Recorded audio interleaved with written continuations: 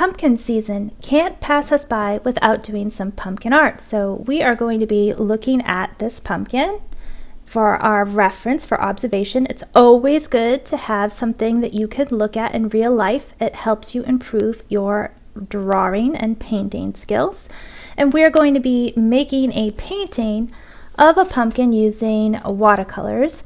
And I'll just tell you a little bit about what I have here to use today. So I have the Crayola Education Watercolor Mixing Set, which is a 8-color set. It comes with some directions on how you can best mix the colors to get different combinations. And it has a set that has 2 yellows, which is nice because yellow always runs out, and it comes with a brush. You can use the lid for mixing your colors, or you could use a separate paint palette like this one. So in addition to the paint and the paint palette, I have here a watercolor crayon. I'm going to use this to first draw out the pumpkin because watercolor crayons turn to liquid, turn to paint. So this will blend in really nicely with the painting compared to if I used a pencil. The gray graphite color from the pencil might show through and it could ruin my painting. So I'm using this watercolor crayon for today. And then of course I have my water. I have a paper towel for cleaning my brush, and then my paper. This is a heavyweight mixed media paper. And I did put down a little tape border. This is washi tape that I had handy, but you could use painter's tape and do the same thing. You want to make sure with watercolor you have a heavy paper, not a thin paper, because then it could dissolve or make holes in the paper as you're working. A heavy paper like a mixed media paper or heavyweight drawing paper or watercolor paper will be best. So I'm looking at this pumpkin to see which side I think looks the most interesting because I want to make sure I like what I'm looking at. And for this particular pumpkin, it's sort of a round shape, but not totally round. So I'm just going to start with that big basic shape of my pumpkin.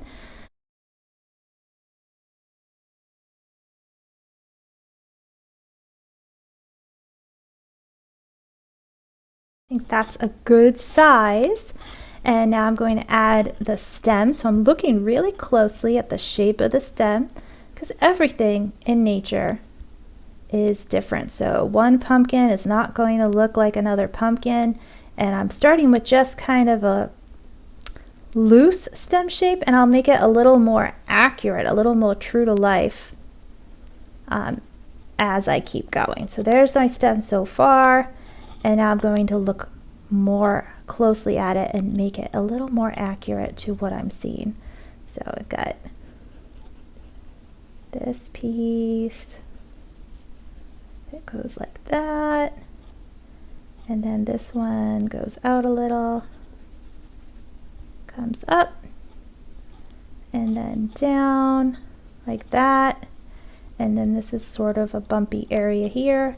And over here goes out to the side. So that's what my stem looks like.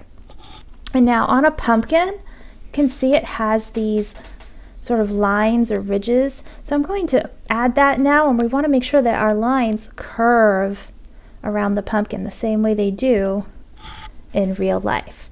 So the first one I'm going to work on is actually going to be right here because it sort of connects to the stem. So it's super obvious of where it should be. And I'm going to go and start here at this end of the point of the stem, and I'm just going to follow this curve down like that, just really carefully. And it can go a little outside the circle that you started with because a pumpkin's bumpy, it's not perfectly round, so it makes sense for it to go a little outside of that circle. And then I'm going to go next to that, and I see that there is another one right here, but it goes just to that.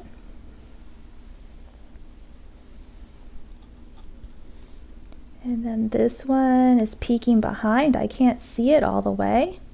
And there's one that's right here, but I can't see the bottom of it. Okay, so that's a good start, and then I'm just going to keep going and do the rest of them. Now, these ones are curving in this direction because they're on this side of the pumpkin.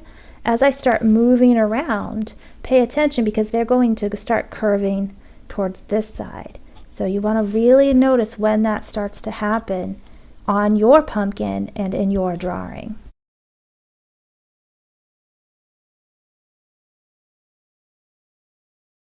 Did you notice it? Yes, it started to curve right here, so pretty much in the middle is where we see that it starts to turn the other way.